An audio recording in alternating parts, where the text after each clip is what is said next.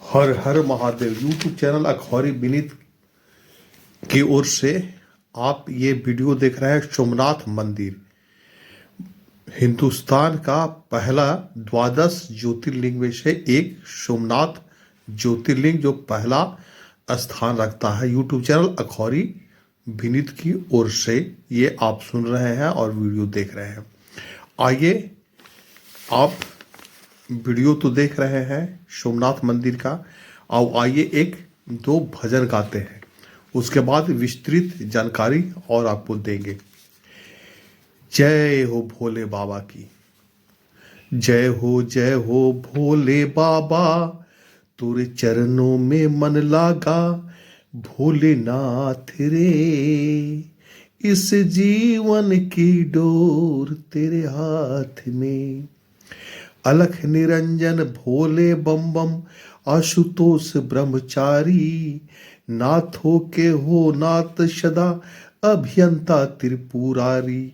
लगा शंभू तेरे चरणों में मन लागा रे, इस जीवन की डोर तेरे हाथ में। जय हो भोले बाबा, तेरे चरणों में मन लागा। भोलेनाथ रे, इस जीवन की डोर तेरे हाथ में। ये अभी आप ठहरने का जगह देख रहे हैं यूट्यूब चैनल अखौरी विनीत के सौजन्य से। सोमनाथ मंदिर कैसे जाए, कैसे ठहरे, इस वीडियो में आप देख रहे हैं और आगे विस्तृत जानकारी और देंगे। चलिए एक और भजन गाते हैं भोले बाबा का। जय हो। ये आप वीडियो देख रहे हैं यूट्यूब चैनल अखौरी विनीत के सौजन्य से। सोमनाथ मंदिर। आइए एक भजन गाते हैं। शिव नाम से है जगत में उजाला, हरि भक्तों के मन में है शिवाला।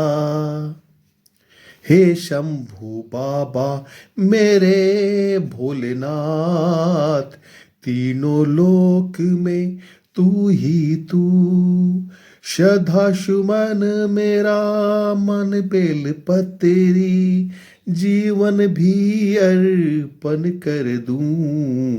हे शंभू बाबा मेरे भोलेनाथ, तीनों लोक में तू ही तू।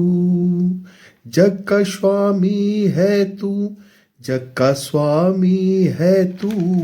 अंतर्यामी है तू, मेरे जीवन की अनमिट कहानी है तू। तेरी शक्ति अपार, तेरा पावन है द्वार। तेरी पूजा मेरा जीवन आधार।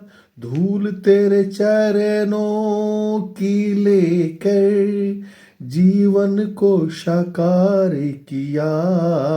हे शिव शंकर मेरे भोलेनाथ, तीनों लोक में तू ही तू।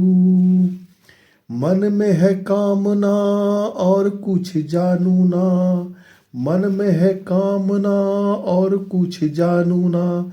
जिंदगी भर करूं तेरी आराधना, सुख की पहचान दे तू मुझे ज्ञान दे। प्रेम शब्द से करूं ऐसा वरदान दे। तूने दिया बल निर्बल को, अज्ञानी को ज्ञान दिया। हे शिव शंकर मेरे भोलेनाथ, तीनों लोक में तू ही तू। श्रद्धा सुमन मेरा मन बेल पतेरी, जीवन भी अर्पण कर दूं। ये आप यूट्यूब चैनल अखौरी विनीत के सौजन्य से देख रहे थे, जिसमें आप द्वारिका, बेट द्वारिका, नागेश्वर और सोमनाथ, ये सारे प्लेसेस इसमें इंक्लूड रहेंगे। यहाँ पे आप कैसे पहुंच सकते हैं, कैसे घूम सकते हैं, कैसे दर्शन कर सकते हैं, कौन कौन से समय में आना चाहिए, इस ट्रिप को करने में कुल खर्चा कितना आने वाला है, ये सभी जानकारी आज के इस वीडियो में मैं आपको देने वाला हूँ। तो इस वीडियो को अंत तक जरूर देखिएगा बिना स्किप किए हुए। तो चलिए वीडियो शुरू करते हैं। यूट्यूब चैनल अखबारी विनीत के सौजन से। तो हम अपनी यात्रा की शुरुआत करेंगे द्वारिका से। अभी बात कर लेते हैं आपको द्वारिका कैसे पहुंचना है।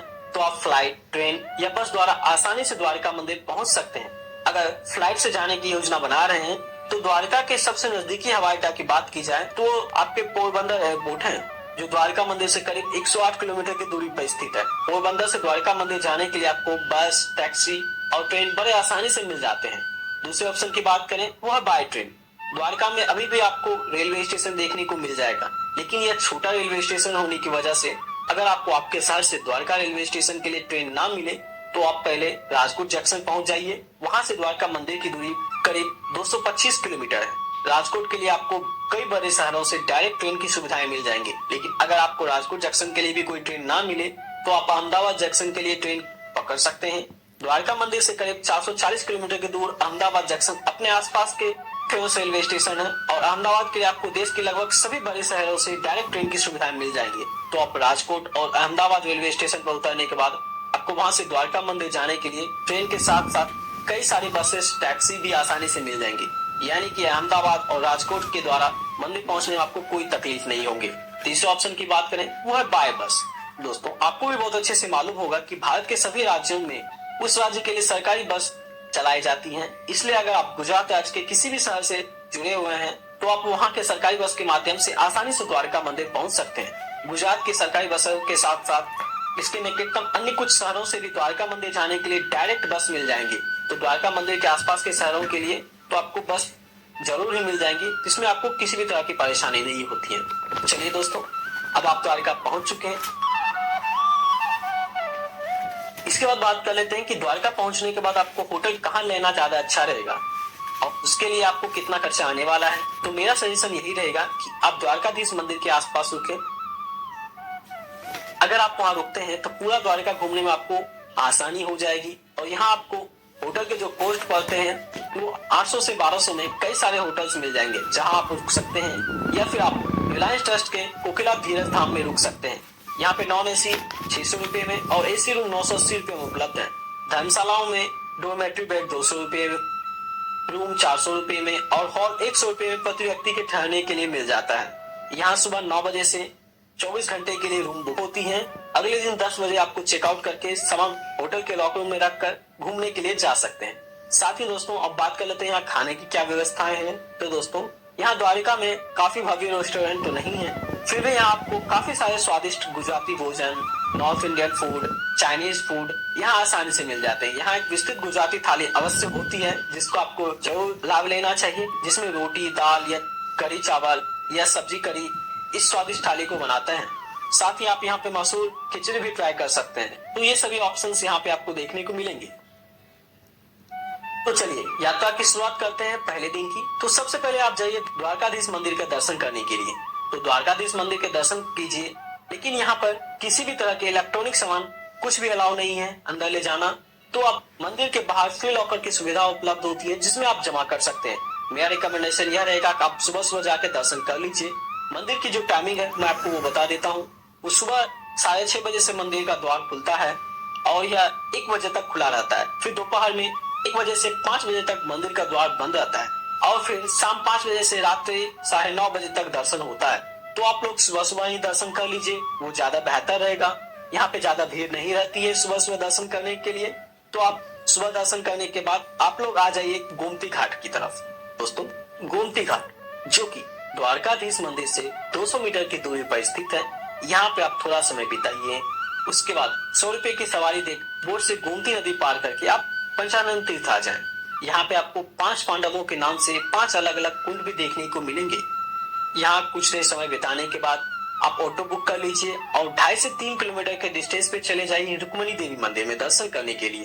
तो जाइए दर्शन कीजिए माता रुक्मणी के और उसके बाद आप आ जाइए भटकेश्वर मंदिर की तरफ। दोस्तों भटकेश्वर महादेव मंदिर, यह मंदिर भगवान शिव को समर्पित एक प्राचीन मंदिर है। इसी के साथ हमारा D1 समाप्त हो जाएगा। इन सभी जगह को घूमते घूमते आप काफी थक जाएंगे, तो आप वापस अपने रूम आ जाइए, आराम कीजिए दूसरे दिन के ट्रेवल के लिए। तो दोस्तों डे 2 में हमको द्वारका से थोड़ा दूर दूर के प्लेसेस एक्सप्लोर करनी है, तो यहाँ पे आप स्कूटी रेंट पे मिल जाएंगी, जिसका प्राइस होता है 500 रुपया पर स्कूटी। और साथ ही यहाँ आपको दूसरे ऑप्शन भी मिलते हैं, तो चाहे आप ऑटो या कैब बुक कर सकते हैं, जिसका कॉस्ट लगभग आपको 1500 से 2000 रुपये पड़ेगा।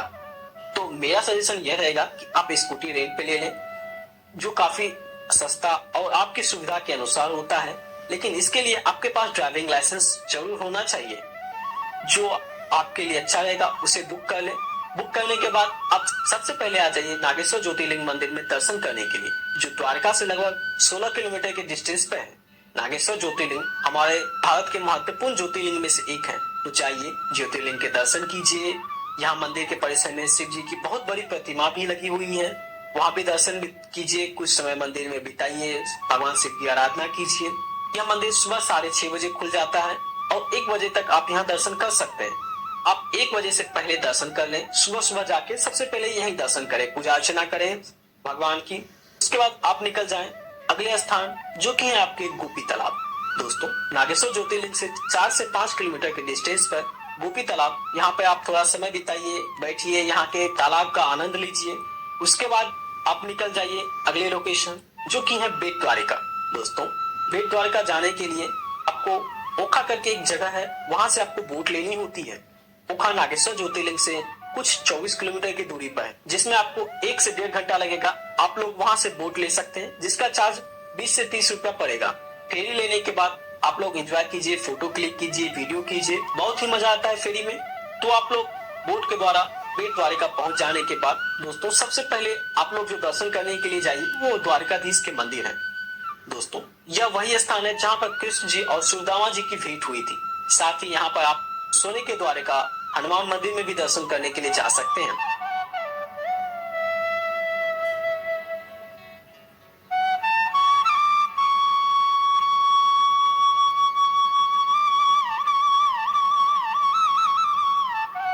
यूट्यूब चैनल अखौरी विनीत के चैनल से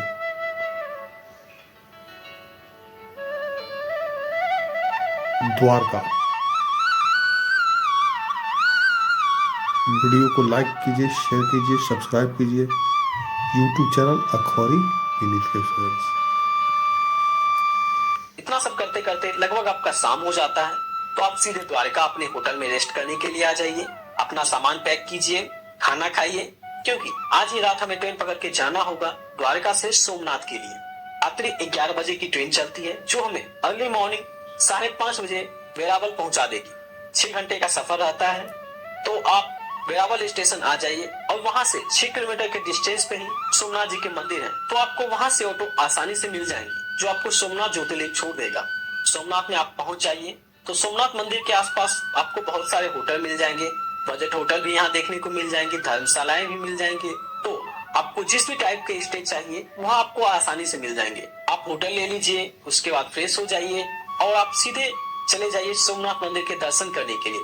सोमनाथ ज्योतिर्लिंग हमारे भारत का सबसे पुराना और पहला ज्योतिर्लिंग है और यह काफी खूबसूरत है यह ज्योतिर्लिंग। और यह मंदिर के अंदर आपको किसी भी तरह के इलेक्ट्रॉनिक उपकरण ले जाना अलाउड नहीं होता है। आप सिर्फ अपने रूम की चाबी और कुछ पैसे साथ ले जा सकते हैं।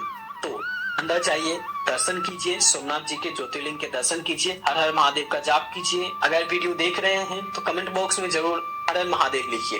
दर्शन करने के बाद आप वहीं पास स्थित चले जाए पुराने सोमनाथ मंदिर, जो अहिल्याबाई होलकर द्वारा बनाया गया है, वहां पे आपको दर्शन कर लेना है। उसके बाद आपको वहां से बहुत सारे ऑटो मिल जाएंगे, तो आपको एक ऑटो बुक कर लेना है। ऑटो वाला आपसे 400 से 450 रुपया लेगा, थोड़ा सा मोल भाव करेंगे तो इस रेंज में आपको आसानी से मिल जाएगा, जिसमें आपको सोमनाथ के आसपास के जितने भी प्लेसेस हैं जो काफी नजदीक है वहाँ सब आपको घुमा देता है। जिसमें आप सबसे पहले जो जाएं वो आपके बाणगंगा होते हैं। दोस्तों बाणगंगा वही जगह है जहाँ पे जरा नामक शिकारी ने श्री कृष्ण जी को तीर मारा था।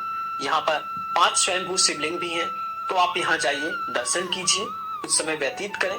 उसके बाद आप चले जाइए अगले लोकेशन भालका तीर्थ मंदिर। ये वही जगह है जहाँ पर कृष्ण जी पीपल के पेड़ पर आराम कर रहे थे, तब जरा नामक शिकारी ने उनके पैर को हिरण की आंख समझकर उस पर तीर चला दिया था, जिससे उसकी मृत्यु हो गई थी।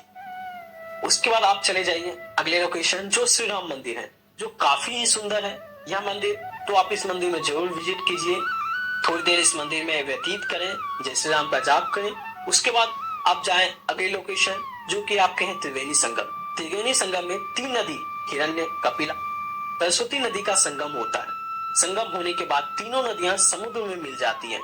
तो यहाँ पे थोड़ा सा समय बिताने के बाद आपको जाना होगा गोलक धाम तीर्थ। दोस्तों, जब भगवान कृष्ण को भालका तीर्थ में उनके पैर पर तीर लगा, तो वहां से चलकर आए हिरण नदी के शांत जल के किनारे अपना देह त्याग करना और निज धाम की ओर प्रस्थान हुए। तो यहाँ आप दर्शन कीजिए, यहाँ आपको काफी सुकून सा अनुभव होगा। उसके बाद आप चले जाइए अगले लोकेशन, जो है सूर्य मंदिर और पांडव गुफा को देखने के लिए। दोस्तों, मंदिर में सूर्य देवता और छाया देवी मुख्य विग्रह है। ऐसा माना जाता है कि अपने अज्ञातवास के दौरान पांडव यहाँ रुकते थे, सूर्य देवता से प्रार्थना किया करते थे। और इसी के साथ आपका डे 3 समाप्त हो जाएगा और आपकी द्वारका सोमनाथ की यात्रा भी समाप्त हो जाएंगी। चलिए दोस्तों, अब आपका डे वाइज प्लान कंप्लीट हो चुका है। तो इस